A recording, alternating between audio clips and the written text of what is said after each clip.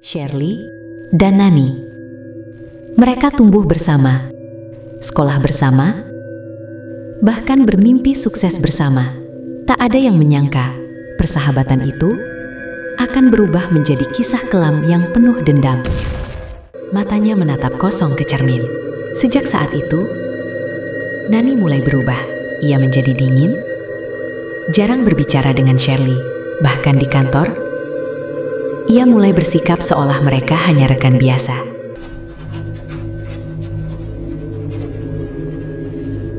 Dan yang paling membuatnya merinding, ia sering melihat bayangan hitam berdiri di sudut ruangan. Hanya diam, menatapnya.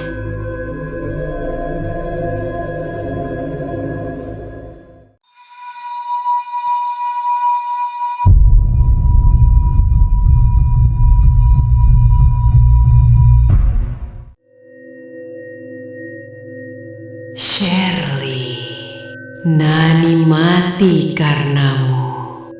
Aku belum selesai.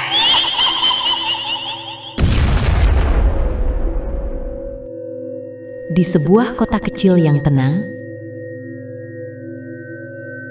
hiduplah dua sahabat sejak kecil, Shirley dan Nani.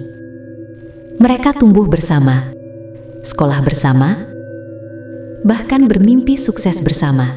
Tak ada yang menyangka persahabatan itu akan berubah menjadi kisah kelam yang penuh dendam. Setelah lulus kuliah, keduanya bekerja di sebuah perusahaan besar di kota. Awalnya semua berjalan baik.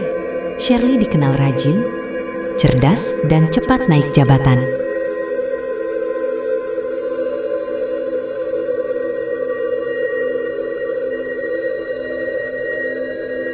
Sementara Nani, meskipun tidak kalah pintar, mulai merasa tertinggal. Perasaan iri mulai tumbuh perlahan di hati Nani. Awalnya hanya sekadar kesal kecil, tapi lama-lama berubah menjadi kecemburuan yang membakar. Apalagi saat Shirley dipromosikan menjadi supervisor. Jabatan yang diam-diam diincar Nani. Kenapa harus dia?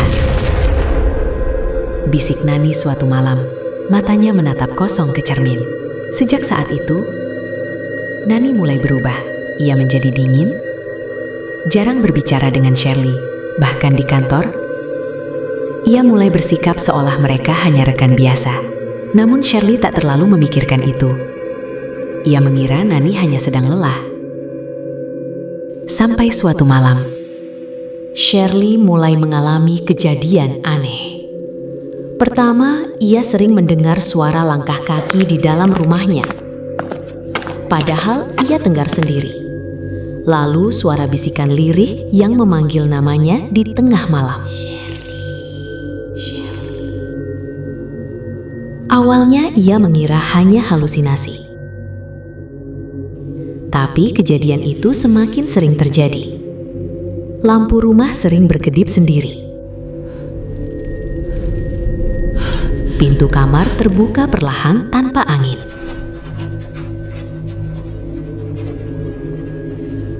Dan yang paling membuatnya merinding,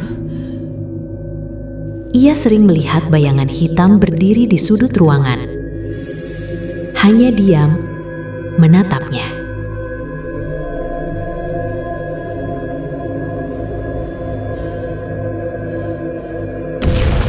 Suatu malam, saat Shirley terbangun pukul 3 pagi, ia melihat sesuatu di ujung tempat tidurnya. Sesosok perempuan berambut panjang. Wajahnya pucat, matanya kosong. Shirley membeku. Tak bisa berteriak, tak bisa bergerak. Sosok itu perlahan mendekat, lalu menghilang begitu saja. Kondisi Shirley semakin memburuk. Tubuhnya sering lemas, wajahnya pucat, dan pikirannya kacau. Ia mulai curiga, ini bukan hal biasa. Seorang rekan kantor diam-diam berkata padanya, Ini kayaknya bukan penyakit biasa, Shirley. Kamu harus hati-hati. Perkataan itu membuat Shirley berpikir keras. Siapa yang tega melakukan ini? Lalu satu nama muncul di benaknya. Nani. Namun Shirley menepis pikiran itu. Tidak mungkin. Dia sahabatku. Tapi di sisi lain, semua berubah sejak Nani menjauh. Ternyata kecurigaan itu benar. Diam-diam, Nani telah mendatangi seorang dukun di desa terpencil. Dengan mata penuh dendam, ia meminta bantuan untuk menjatuhkan Shirley. Saya ingin dia hancur. Pelan-pelan, kata Nani. Dukun itu hanya tersenyum tipis. Semua ada harga yang harus dibayar. Nani menyanggupi. Sejak saat itu, santet mulai dikirimkan. Setiap malam, Nani melakukan ritual. Menyebut nama Shirley, menyalakan lilin hitam, membakar foto Shirley sambil berbisik penuh kebencian. Ia merasa puas saat melihat Shirley semakin lemah di kantor. Namun, sesuatu mulai berubah. Suatu malam, saat Nani sedang melakukan ritual, angin tiba-tiba berhembus kencang. Meski semua jendela tertutup, lilin-lilin padam satu persatu. Lalu, terdengar suara. Suara yang sama seperti yang dialami Shirley. Nani terkejut. Ia menoleh ke belakang. Tak ada siapa-siapa. Namun suasana berubah dingin.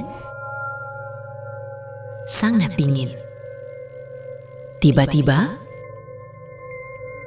cermin di depannya retak sendiri. Dan di balik retakan itu, ia melihat sosok perempuan berambut panjang. Wajahnya sama seperti yang menghantui Shirley. Sejak malam itu, teror beralih. Nani mulai mengalami hal-hal yang lebih mengerikan. Ia sering merasa ada yang mengikutinya. Bayangan hitam muncul di mana-mana, bahkan di kantor. Ia melihat sosok itu berdiri di belakang Shirley. Namun menatapnya, Nani. Tubuh Nani mulai melemah. Ia sering muntah tanpa sebab. Matanya cekung. Wajahnya pucat. Yang paling mengerikan, setiap malam, ia bermimpi diseret ke tempat gelap oleh sosok yang sama. Suara itu selalu berbisik, "Ini balasan." Tak tahan lagi, Nani akhirnya mendatangi Shirley. Dengan tubuh gemetar dan air mata mengalir, ia jatuh di hadapan Shirley. "Maafkan aku yang melakukan semua ini." Shirley terdiam. Semua akhirnya terungkap. Namun sebelum Shirley sempat berkata apa-apa, Nani menjerit kesakitan.